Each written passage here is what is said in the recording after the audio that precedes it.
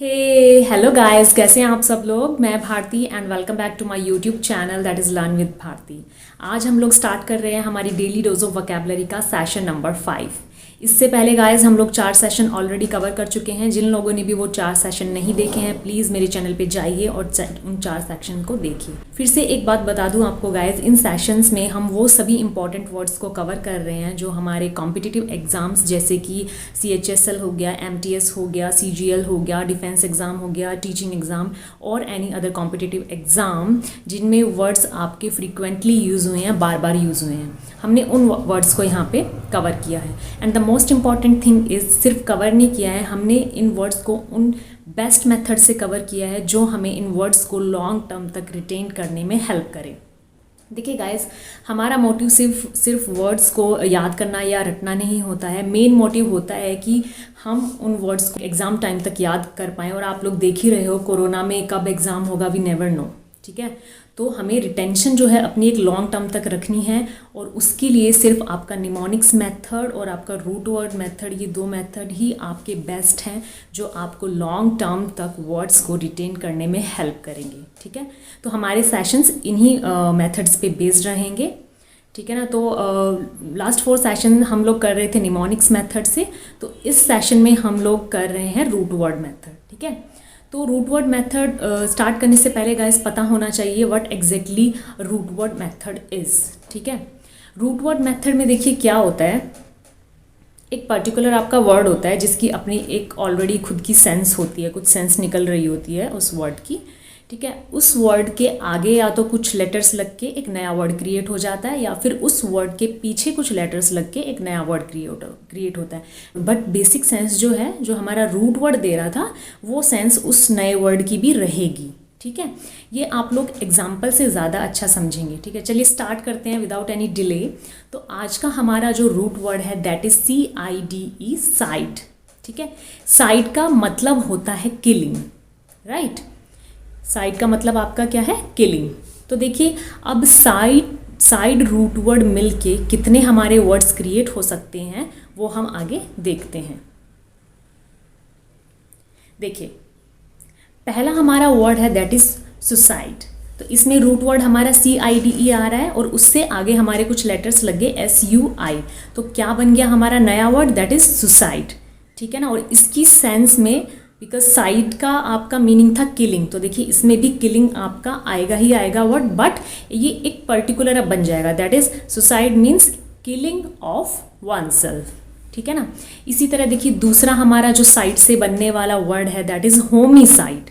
ठीक है, होमिसाइड का मतलब क्या होता है, killing of any human being. कैसे ये हुआ, देखिए होमी क्या होता है, हमें पता है कि साइंटिफिक लैंग्वेज में ह्यूमन बींग्स को क्या बोला जाता है, होमो सैपियंस। ठीक है, तो होमो का मतलब क्या, ये ह्यूमन से रिलेटेड है। तो यहाँ जब हमने होमो को हमारे रूट वर्ड साइड से जोड़ दिया तो बन गया होमिसाइड, और उसका मतलब क्या हो गया, killing of human beings. Because side का मतलब होता है killing and homi is related to human beings, तो क्या हो गया, किलिंग ऑफ ह्यूमन बींग्स। ठीक है, now the third word is patricide, right? Side मतलब पता ही है आपको, killing, and patri is related to father। जैसे आप बोलते हो ना पेट्रियार्की, पेट्रियार्की का मतलब क्या होता है कि जिसमें हमारा मेल मेंबर जो होता है फैमिली का वो डोमिनेटिंग होता है, डोमिनेंट होता है। ठीक है, तो उसको हम बोलते हैं पेट्रियार्की। तो patri is something related to the male member, that is father से रिलेटेड रिलेट यहाँ कर रहे हैं। तो patricide is killing of one's father. ठीक है, now the next word is parricide. ठीक है, देखिए साइड का मतलब आपको पता ही है, दैट इज किलिंग। उसके साथ हमने क्या एडिशन किया, पेरी, पेरेंट्स। पेरी किससे बना है, पेरेंट्स से। तो पेरिसाइड क्या हो जाएगा आपका, किलिंग ऑफ वंस पेरेंट्स। ठीक है, बहुत ही सिंपल है। नेक्स्ट है आपका देखिए मेट्रिसाइड। ठीक है, मेट्रिसाइड, साइड इज मीनिंग क्या है, killing, and matri is related to the mother. तो यहाँ इसका मीनिंग क्या हो गया, किलिंग ऑफ वंस मदर।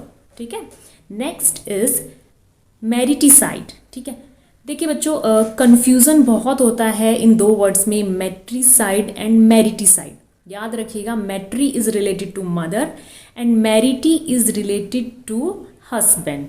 ठीक है। मैरिटी में देखिए मैरिज, मैरिज से मैरी आपका लिया गया है, मैरिटी हो गया, और साइड मीन्स किलिंग।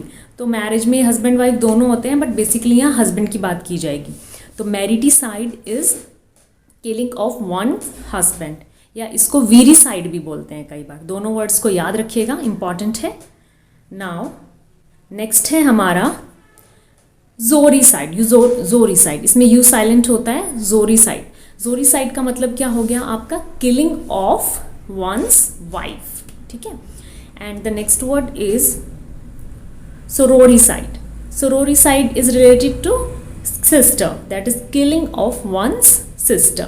तो आप देख रहे हैं ना कि एक रूट वर्ड्स जो साइड है जिसका मतलब होता है किलिंग, उसका यूज़ करके कितने सारे हमारे नए वर्ड्स बन गए, ठीक है। Now the next word is fratricide, ठीक है। Fratri is related to brother and side we already know means killing, that is fratricide means killing of one's brother. Another word is genocide, ठीक है। देखिए genocide का मतलब होता है mass killing, या फिर आप बोल सकते हैं किसी रेस को मारना, एक स्पेसिफिक जाति के बहुत सारे लोगों को मार देना, ठीक है ना। और गाइज इसके लिए एक दूसरा वर्ड भी बहुत अच्छा यूज़ होता है मास किलिंग के लिए, दैट इज़ मैसेकर। बहुत जगह आप इस वर्ड को देखोगे न्यूज़पेपर्स में एंड बहुत सी मैगजीन्स में भी आप लोग देख सकते हो मैसेकर। जैसे कि Jallianwala Bagh is a massacre. Jallianwala Bagh में क्या हुआ था, बहुत सारे लोग थे और उनको एक ही बार में मतलब गोलियां चला के मार दिया गया था, तो मास किलिंग हो गई थी। तो मास किलिंग आप समझ गए ना। तो जीनोसाइड का मतलब भी मास किलिंग होता है एंड मैसेकर, मैसेकर का मतलब भी मास किलिंग होता है। Now the next word is regicide. देखिए रेजी आपका बना है रिजीम से।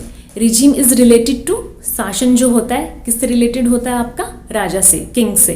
तो रिजीसाइड आपका क्या हो गया, किलिंग ऑफ किंग, है ना, सिंपल है। नाउ द नेक्स्ट वर्ड है आपका इन्फेंटिसाइड।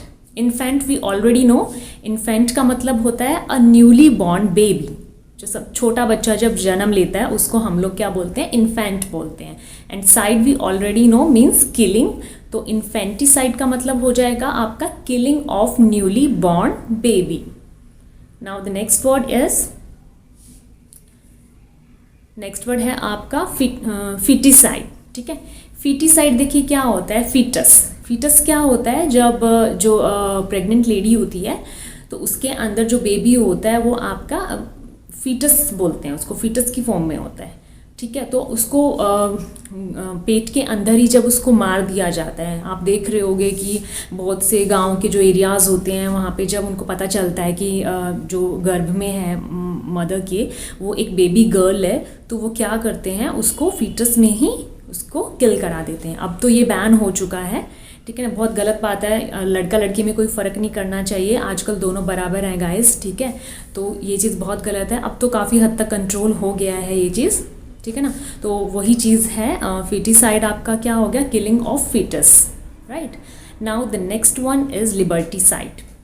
देखिए लिबरल का मतलब आपका क्या होता है, फ्रीडम, ठीक है ना, किसी को फ्रीडम देना, that is liberal.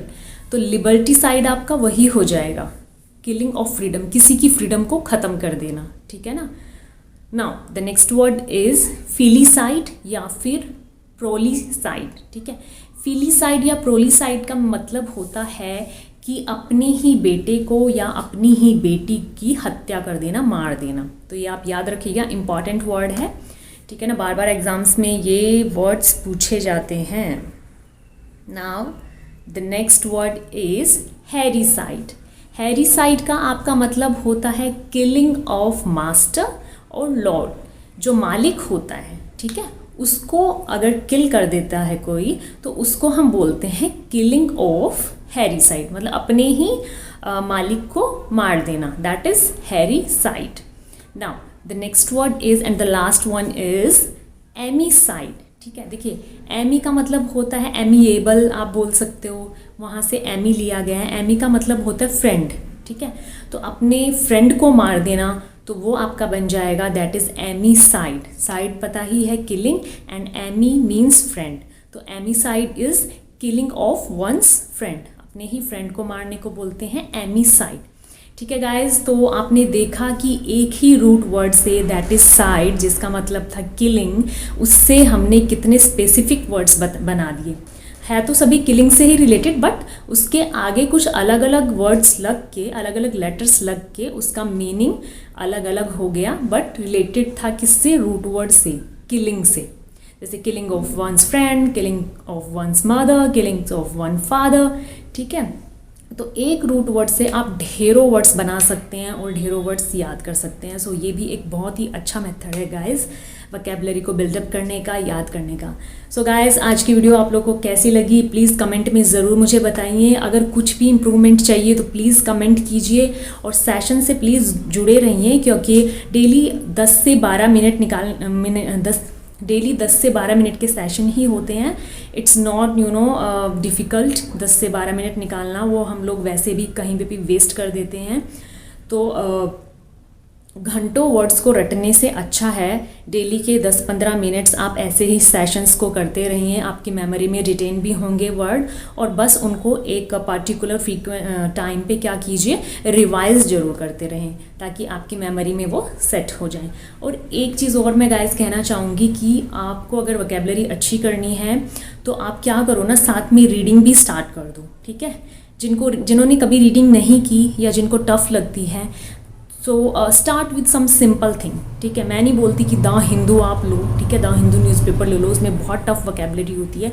You can start with some novel, कुछ अच्छा सा नॉवल ले सकते हैं, जैसे कि चेतन भगत के नॉवल बहुत सिंपल लैंग्वेज में होते हैं और इंटरेस्टिंग भी होते हैं, आपको उसमें इंटरेस्ट भी आएगा।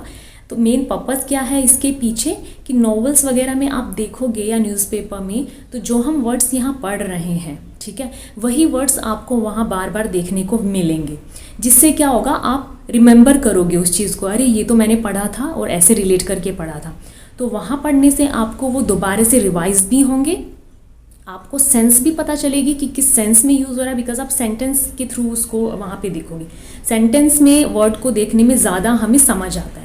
और एक और चीज़, इससे आपका कॉम्प्रीहेंशन भी गाइस बहुत अच्छा होगा, बिकॉज एसएससी का जो एग्ज़ाम होता है उसमें कॉम्प्रीहेंशन अच्छा होना भी बहुत इंपॉर्टेंट है। स्पीड मैटर करती है, जितना जल्दी आपकी पढ़ने की स्पीड होगी, समझने की स्पीड होगी चीज़ों को, उतना जल्दी आप एग्ज़ाम कंप्लीट कर पाएंगे और अच्छे मार्क्स भी लेके आ पाएंगे। So please add up your vocabulary with reading, यही मेरी एडवाइस आपको रहेगी। चलिए, ज़्यादा टाइम ना लेते हुए आज का सेशन यहीं ख़त्म करते हैं, मिलते हैं फिर नेक्स्ट सेशन में कुछ नए अच्छे वर्ड्स के साथ। तब तक के लिए बाय बाय, टेक केयर।